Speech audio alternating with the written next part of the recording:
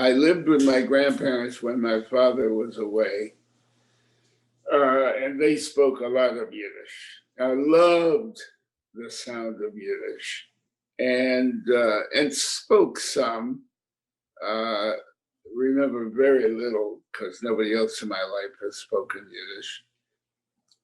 And I remember playing gin rummy on Friday nights. Friday nights you weren't supposed to play cards, but my grandparents and and their in-laws,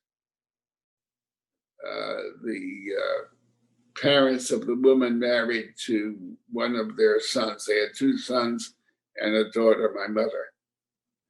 And we used to play gin rummy on Friday nights.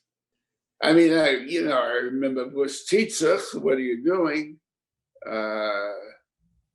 Vesach verse, who knows? Those kind of expressions I remember well.